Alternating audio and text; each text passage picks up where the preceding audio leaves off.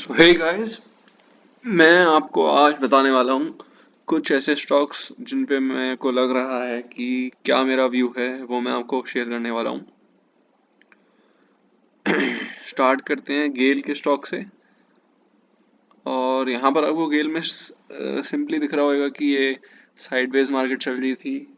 यहाँ पर ये आपको जो रेंज है सपोर्ट की वो है 102 से लेके 103.75 तक। यहाँ पर ये सपोर्ट है। यहाँ पर ये आपका ऊपर रेजिस्टेंस है 112 पे। और आपको ये एक ट्रेंड लाइन भी दिख रही है जो ये दूसरी बार अब टूटी है।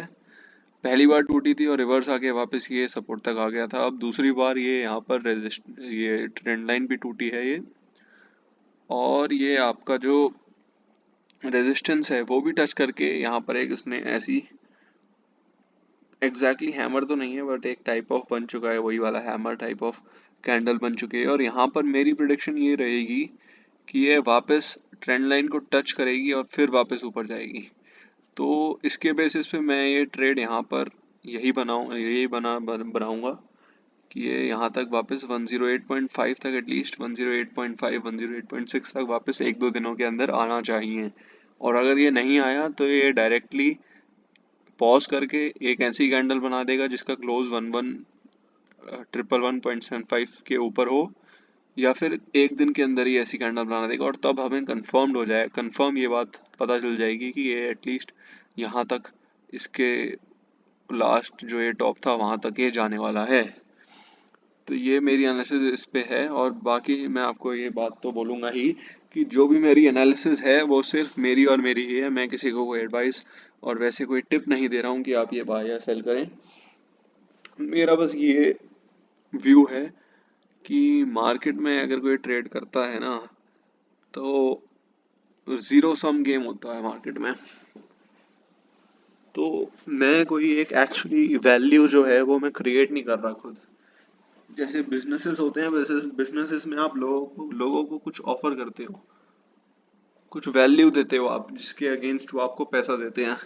यहाँ पर एक्चुअली कोई वैल्यू क्रिएट नहीं हो रही है। तो अब मैं अपने ये through this medium of YouTube मैं चाहता हूँ कि मैं लोगों को कुछ वैल्यू क्रिएट करूँ यहाँ पर और लोगों को कुछ सिखाऊं और कुछ मैं अपनी लर्निंग शेयर करूँ, जिससे लोग भी आगे बढ़ें और समझें और मार्केट में पैसा कमा पाएं। तो आप कितना समझोगे, कितना आप फॉलो करोगे, आप ब्लाइंडली मेरी ये टिप लेके आप इस पे करोगे, या फिर आप समझोगे कि मैं किस पैटर्न्स या क्या क्या देखता हूँ ऐसा, और आप उनको यूज करके मेरे से भी बेहतर अगर मार्केट में काम करो, तो वो सब आप पे डिपेंड करेगी बातें। मेरा बस काम यही है कि मैं अपनी एनालिसिस शेयर करूंगा और बाकी जो रिजल्ट रहेगा वो तो आपको खुद ही दिख जाएगा कि मैं कितना सही था कितना गलत था। वो तो टाइम बता देता है, स्टॉक आपको बता ही देगा। अब हम अपना नेक्स्ट देखते हैं कि नेक्स्ट कौन सा है स्टॉक। नेक्स्ट स्टॉक है ब्रिटानिया। ब्रिटानिया में आप देखोगे ये रेंज में था कुछ टाइम, उसके बाद ब्रेकआउट दे के वापस ब्रेकआउट फेलियर दिख रहा है और ये यहाँ तक आना चाहिए वापस सपोर्ट तक। हो सकता है कि अगर ये पॉसिबिलिटी हो जाए कि ये बिल्कुल रिवर्स कर जाए और एक ही दिन में ऐसी कैंडल बना दे जैसी 5 जुलाई पर थी, वापस ऐसी कैंडल अगर बना देगा तब ये कंफर्म्ड बाय हो जाएगा। तो अगर इसमें हमें फर्स्ट टाइम पर नहीं आता, हमें कोई टारगेट नहीं मिल पाया अगर, तो जो सेकंड हमारा वो होएगा ना ट्रेड, वो हमारा ट्रेड इतना अच्छा होएगा कि हमें इजीली वापस हमारा लॉस कवर करके और कंफर्म सिग्नल मिल जाएगा कि ये ऊपर जाने वाला है। तो ये रही ब्रिटानिया की बात। आगे इंडसइंड बैंक की बात मैं आपको बताता हूँ। इंडसइंड बैंक में अपॉर्चुनिटी है एक। इंडसइंड बैंक में आपको दिख रहा होगा ये पैटर्न, डबल टॉप पैटर्न आपको दिख रहा है। ट्रेंडिंग ट्रेंडिंग थी, अपसाइड जा रहा था, अच्छा बढ़िया चल रहा था ट्रेंड।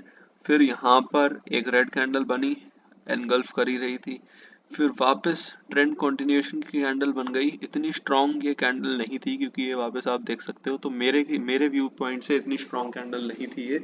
और तब भी उस टाइम पर ऐसे थोड़ा ना कह सकते कि ये नेगेटिव है। बट अब जो ये सिनेरियो है वो नेगेटिव है और ये यहाँ तक एटलीस्ट 1345 तक वापस टच करना चाहिए। आगे हम बात करते हैं LT की, लार्सन एंड टर्बो के स्टॉक की। अगर आप बात करो तो यहाँ भी सेम ही पैटर्न है। ये मैं नहीं कहूँगा कि ये उतना कन्विंसिंग है जितना कन्विंसिंग वहाँ पर था।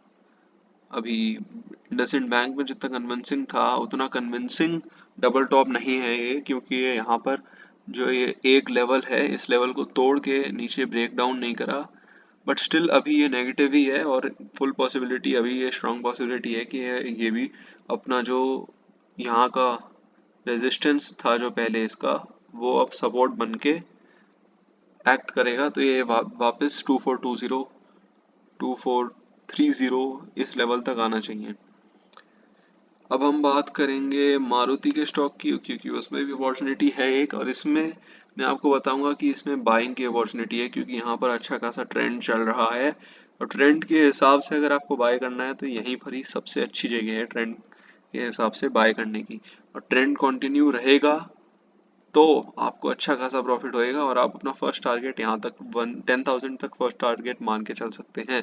और रेजिस्टेंस पर ही है ये, बिल्कुल 9796 के रेजिस्टेंस पर है, इसलिए यहाँ पर बाय करना सबसे अच्छी बात है। और यहाँ पर अगर रेड कैंडल बन गई जो क्लोज हो रही है 9735 तक क्लोज दे रही है, तो फिर हम अपना इसमें व्यू पॉइंट चेंज कर लेंगे और ये नेगेटिव हो जाएगा और ये 9636 तक आना चाहिए उस अगर कैंडल बन गई उसके नीचे, जिसकी पॉसिबिलिटी अभी कम है इसलिए बुलिश ही है अभी।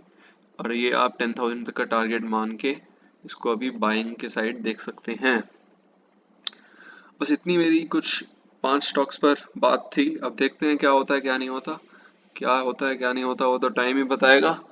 बाकी मैं ये मानता हूँ कि मार्केट में स्विंग ट्रेडिंग जो होती है वो काफ़ी, मेरे पॉइंट ऑफ व्यू से काफ़ी अच्छी होती है, क्योंकि उसमें स्क्रीन टाइम नहीं होता और मेरे को इजी भी काफ़ी लगती है।